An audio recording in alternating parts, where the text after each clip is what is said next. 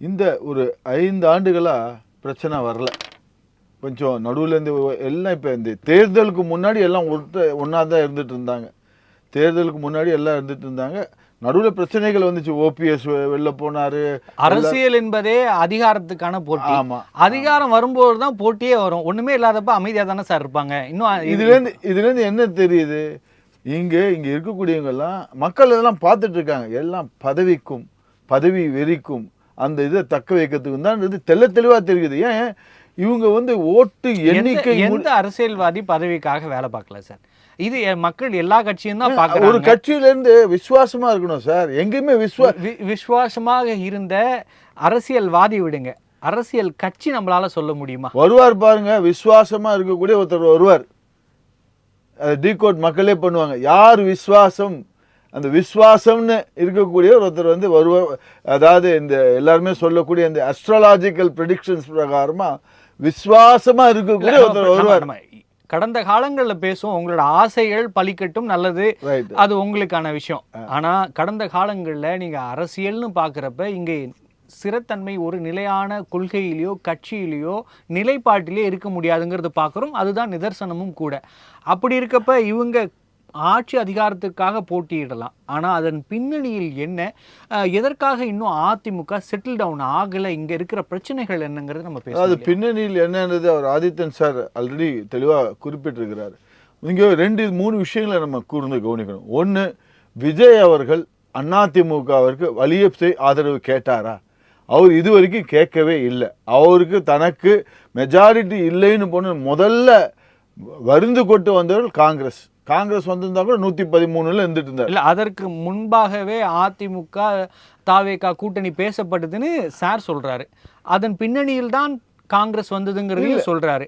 அதற்கான வாய்ப்புகள் இருக்கிறதுக்கான வாய்ப்புகள், அதாவது அதுக்கு முன்பு, அதாவது தேர்தல் வந்து முடிஞ்ச உடனே தாவேகா, அதாவது ப்ரீ போல் அலையன்ஸ் ஆகலை, போஸ்ட் போல் அலையன்ஸுக்கு எப்படி தெரிய வரும் சார்? இங்கே வந்து பார்த்தீங்கன்னா தேர்தல் எண்ணிக்கை வரப்போ அன்னைக்கு பார்த்தீங்கன்னாக்க மதியம் வரைக்கும் யாருக்கு என்னன்னு தெரியல. கிடுகிடுன்னு, அதாவது இவர் 100 தாண்டலை. அதிமுக 70-80 இருந்துச்சு, திமுக 3ஆம் இடத்துல இருந்துச்சு. தேர்தலில் மதியம் அந்த கவுண்டிங் அன்னைக்கு மதியம், சாயங்காலம் கிடுகிடுன்னு ஏறிச்சுன்னா இவருக்கும் அது எப்படின்னு பார்த்தீங்கன்னா 108க்கு மேலே ஏறவே இல்லை இவருது. அதுக்கப்புறம் திமுகலேருந்து திமுக தரப்பு ஏறிச்சு. ஸோ இந்த நிலையில் இப்போ தேர்தல் நம்ம கவுண்டிங் வந்து 4ஆம் தேதி. இது பார்த்தீங்கன்னாக்கா உற்று கவனித்திருந்தால் காங்கிரஸ் வந்து 6ஆம் தேதி 7ஆம் தேதி அவங்களுடைய இதை தெரிவிச்சிட்டாங்க. ஸோ இந்த எனக்கு தெரிஞ்சு அவர் ஆதித்யன் சார் குறிப்பிட்ற மாதிரி அரசியல் நிகழ்வில், அதாவது மிதுன் வந்து உதயநிதிட்டு பேசின மாதிரி அதெல்லாம் வாய்ப்புகளே அது கம்மியாக. ஏன்னா எடப்பாடி பழனிசாமி அதிமுகவும் திமுகவும் ஒன்னா சேர்ந்து ஆட்சி அமைப்பாங்கிறதே வாய்ப்பு இல்லைன்னு தான் நம்ம பேசிட்டு இருந்தோம். ஆமா, இன்னைக்கு சிவி சண்முகமே சொல்றாரு.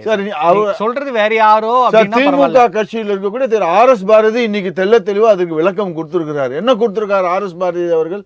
அது சிவி சண்முகம் முழுக்க பொய் சொல்றாரு, அது போல இதுவே இல்லைன்னு அவரு மறுத்து இருக்கிறார். அவர் திமுகவுடைய ஒரு ஸ்போக்ஸ் பர்சன், ஒரு அஃபிஷியல் பர்சன், ஒரு முதல் கட்ட தலைவராக இருக்கார். Is the official spokes person. அப்போ அவர் சொல்லதானே எடுத்துக்கணும். அப்போ சிவி சொல்றது போய் தானே சொல்றாருன்னாவது இதெல்லாமே வந்து, அதாவது அன்லஸ் இவங்க ஒரு தரப்பு மொத்தம் சிவி சண்முகம் பேசுறதை வச்சுட்டு we cannot come to a conclusion. இன்னும் எடப்பாடியார் அவருடைய தரப்பு சொல்லியிருக்காரு. நீங்கள் வந்து அவர் இன்னைக்கு ஒரு ரிபட்டல் கொடுத்துருக்காரு. அவர் என்ன ரிப்போர்ட்டில் கொடுத்துருக்காரு? இது போல் ஒரு பேச்சை இது பண்ணவே இல்லை. நீங்கள் தோல்வி உங்கள் தொகுதிக்குள்ளார நீங்கள் ஏன் வேலை செய்யலை? நீங்கள் வந்து விழுப்புரம்னு எடுத்தீங்கன்னா ஒரே ஒரு சட்டமன்ற தொகுதி தான் ஜெயிச்சிருக்காரு. அருகில் உள்ள பல்வேறு இதில் நீங்கள் தோல்வி இது பண்ணியிருக்கீங்களே. அதே போல் சென்ற முறை பார்த்தீங்கன்னாக்கா வேலுமணி கோயம்புத்தூரில் 10 தொகுதிகளுக்கு மேலே இது பண்ண, இந்த மாதிரி அவருடைய தொண்டாமுத்தூர் தொகுதி தான் ஜெயிச்சிருக்காரு. ஆனால் இதே சேலத்தில் பார்த்தீங்கன்னாக்கா கிட்டத்தட்ட 7 தொகுதிகள் எடப்பாடி அவர் இது பண்ணியிருக்காரு. அப்போ இந்த தோல்விகளுக்கு நீங்க தான் காரணம்.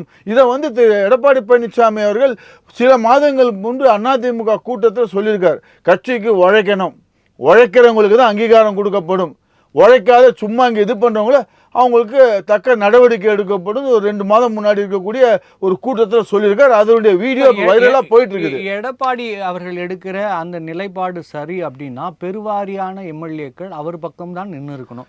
ஆனா எதிர்த்தரப்புல தான் கூடுதல் பலத்தோடு இருக்காங்க. சார் அது அப்படின்னா எடப்பாடியார் அவர்கள் எடுக்கிற முடிவுகள் வந்து கட்சிக்கு ஒரு பலத்தை தராது, எதிர்காலத்தை தராது அப்படின்னு நினைக்கிறவங்க தானே எதிர்த்தரப்பில் நிற்பாங்க. சார் நீங்கள் ஒன்று கவனிக்கணும், பாண்டிச்சேரியில் எல்லா எம்எல்ஏக்களும் போய் அந்த ரிசார்ட்டில் இருந்தாங்கல்ல, எடப்பாடியார் இங்கேருந்து போனார்ல பாண்டிச்சேரிக்கு, அப்போவே எல்லாரும் கையெழுத்து போட்டு லெட்டர் எழுதி கொடுத்துட்டாங்க சார். எல்லா எம்எல்ஏக்களும் இவர் எடப்பாடியார் பாண்டிச்சேரியில் எல்லா எம்எல்ஏக்களும் இப்போ தங்கியிருந்தாங்கல்ல, அப்போவே எடப்பாடியார் போயிருக்கிறப்ப எல்லா எம்எல்ஏக்களும் நீங்கள் தான் தலைவர் என்பதை எழுதி கொடுத்து விட்டார்கள். அந்த கடிதம் தான் அஃபிஷியலாக இருக்கும். இவங்க சும்மா இப்போ லெட்டர் பேட், இவர் சிவி சண்முகம் நேற்றுக்கு அவருடைய இதை போட்டு நான் தான் அதிமுகன்னு போட்டு ஒரு தனி ஒரு லெட்டர் பேட் பிரிண்ட் அடிக்கிறதுக்கு எவ்வளோ நேரம் ஆகும்? அதில் போட்டு என் கூட இருக்கிறோன்னு சும்மா போட்டுருக்கிறதுக்கு எவ்வளோ நேரம் ஆகும்? அவருடைய ஹெட் கவுண்ட் பார்த்தீங்களா? அவர் கூட வந்திருக்கிற ஹெட் கவுண்ட்டு அந்த நத்தம் விஸ்வநாதன், அப்புறம் விஜயபாஸ்கர், அப்புறம் காமராஜ், இவங்க தான் பார்க்க, மற்றபடி யாரும் இருக்கு பார்க்க முடியல. இதே ஓஎஸ் மணியன் கூட போய் கொஞ்சம் ஹெட் கவுண்ட் நம்ம பார்க்க அதிகம் இருக்கிற மாதிரி தான் தெரியுது.